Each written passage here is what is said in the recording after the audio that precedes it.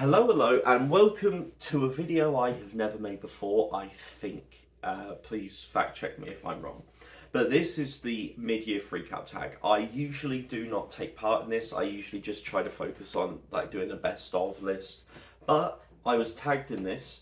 As a result, I was called from the kind of ether, like a Lovecraftian monster, to impart on you who my favourite crush was. I was tagged by Roro Reads, and as a result, here I am. I don't know who I'm going to tag. I don't know whether Grace has made it this year, but I'll tag Grace because she'll probably do it. Otherwise, I feel like everyone I know does it. I'll tag Rekindled Reader as well because they've just come back and they're a great channel. And as a result, if they're looking for content to kind of make, this seems like an apt thing. But to get into it, if you enjoy this kind of content, please do like, please do subscribe. I've got no answers. I have not thought of an answer. I don't even know the questions. I've got them loaded up here because someone answered them on the internet before. And as a result, I'm just going to scroll through and I'm going to do it. So, best book you've read so far in 2024 is going to be, I think it's not a difficult shout. I'm going to make sure, but for now, I am going to say, where are they? Oh. I'm going to say The Trouble with Peace by Joe Abercrombie, book 2 in the Age of Madness trilogy, which is technically book 8 in the First Law series. It's so fucking good. You have no idea if you haven't made it. You don't know what you're missing. If you're only in the first trilogy, if you're stumbling through the standalones, etc., keep going, you fucker. Because firstly, they're all awesome. But this, it hits different. It's so unbelievably good. I loved parts of book 3, but I think that the beginning kind of stumbles in a way that the other two don't. And I loved the class rage in book 1. We all know me, I'm full of class rage, and also full of it. But book 2 is probably the most complete book onto itself. The journey that characters go through, the twists and turns. I'm a book 2 of a series person. I know people usually middle book syndrome shit. I love those parts. And especially Abercrombie. Before They Are Hanged and The Trouble of Peace are my favourite 2 books from the First Law. They're both the middle books of trilogies. And yeah, I mean, it's very far in. I can't explain too much more, but it's so good. I also apologise in advance to Grace when she sees this and she's like, oh, that's why all the books are fucking uneven. You haven't stopped doing it. Oh, wonderful. Book 2 is the best sequel you've read so far in 2024. Well, that's kind of one. But I suppose if they're looking for a book 2 in particular, if we're going for a sequel, not a entry in a series, I suppose I could be a bit more specific.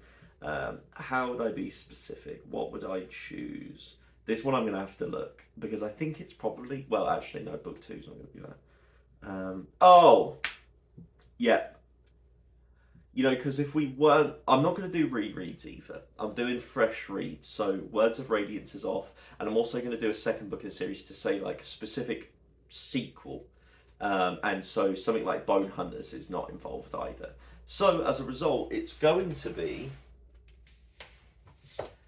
The Girl in the Tower by Catherine Arden, book 2 in the Winter Night trilogy. It did everything I was hoping it would do.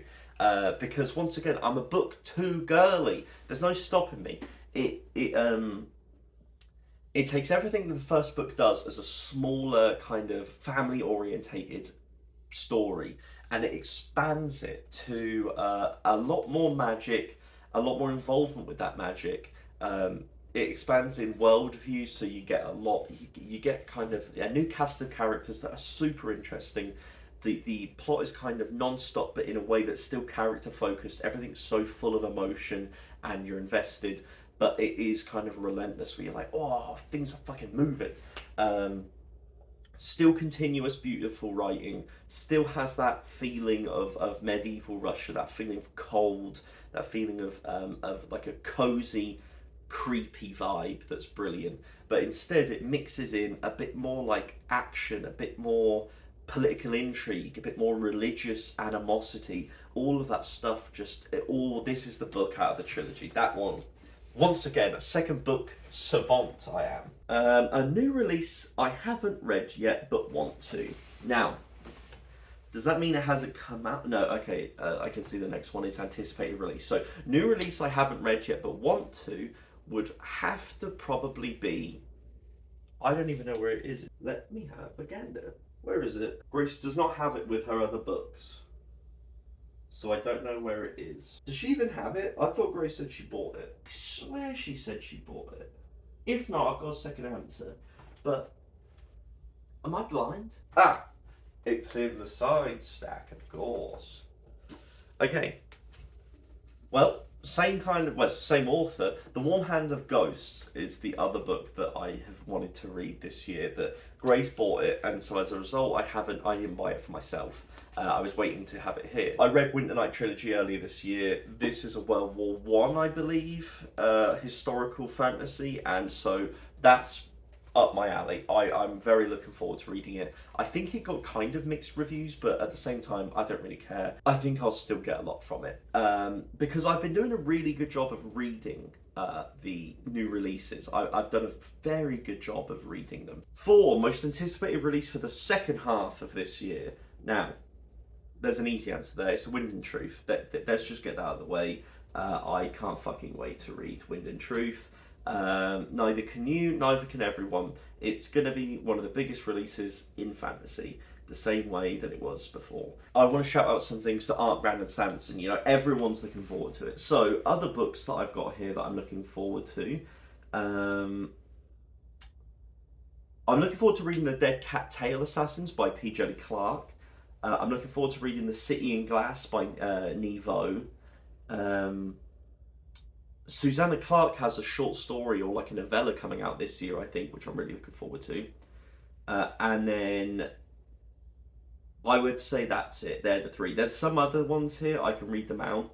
Well, by the time that this video is out, I may have read The Mercy of Gods by James S.A. Corey. I haven't read any of their books before, but I've read Daniel Abraham.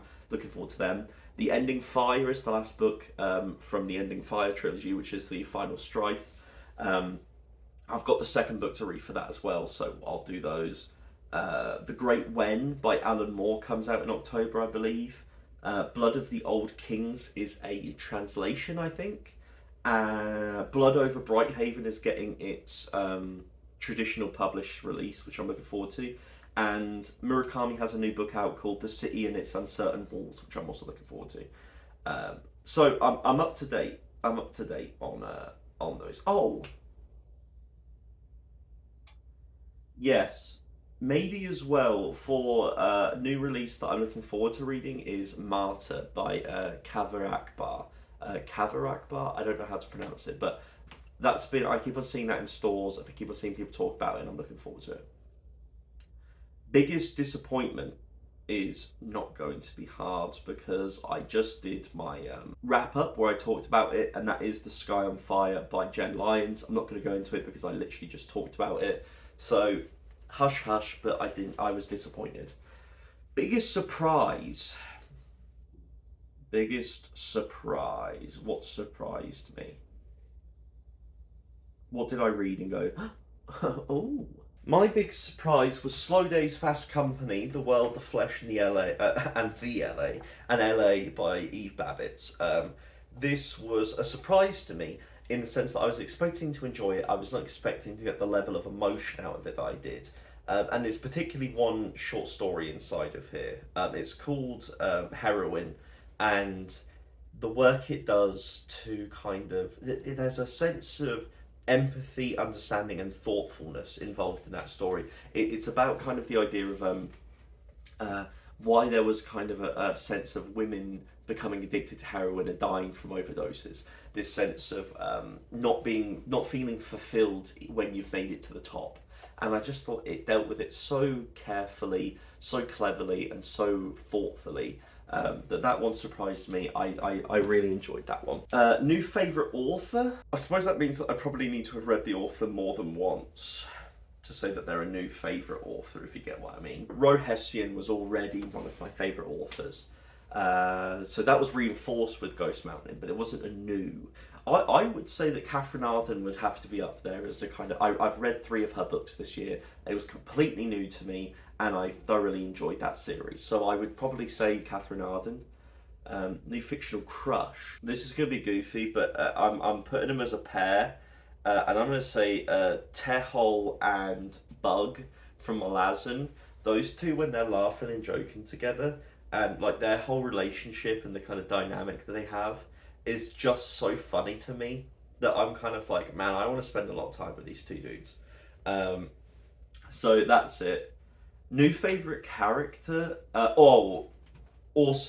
Also from the Age of Madness trilogy is one of my favorite characters ever. I would also throw Yahan and Kairan from the Alliance of Al-Rasan in there. I would definitely. Oh wait, Bone Hunters was after. Maybe I wouldn't then. Tehol and Benedict. Oh yeah, Tehol and Bug. I'm cheating because Tehol and Bug are also in Reaper's Gale, which I'm actively reading now, so I'm going to allow that. But yeah, I put them as my favourite new characters, honestly. Book that made you cry. Wisdom of Crowds made me cry. There was and actually, The Trouble with Peace also made me cry. Both of those for different reasons. There is a particular funeral in The Trouble with Peace that there's a speech done that completely tore my heart out, and I cried. And then in the 3rd book, there was just some culmination to certain characters' journeys that were so tragic that it kind of just broke me. I teared up at Swimming in the Dark as well. I fucking cried throughout Know My Name, actually. I don't feel ready to talk about Know My Name, but Know My Name by Chanel Miller was fucking heartbreaking. And yeah, books that made me happy. Books that made me happy. I don't read books that make me happy. That is a genuine question. What book makes me happy? What did I leave with a big old smile on my face? Well, what we're learning here is I don't read books that make me happy. Oh, I'd maybe say Half a Soul by Olivia Atwater. I remember really enjoying that. And it was a real cute story. It was also very clever, and I did. Oh, and maybe Snuff by Pratchett. That actually, do you know what? Let's change the answer, because Snuff by Terry Pratchett is the last City Watch book. Had some great speeches at the end that was just so full of that class rage that I love, that I really enjoyed that. Particularly Willikins' speech at the end, goated. Favourite book to movie adaptation? I don't fucking see that shit. I don't know. I don't have time. Well, I don't even know if any came out. Favourite post? What the fuck? Most beautiful book you've bought this year? I would say that it's a toss-up between The Priory of the Orange Tree and hardback is so fucking gorgeous. So Grace got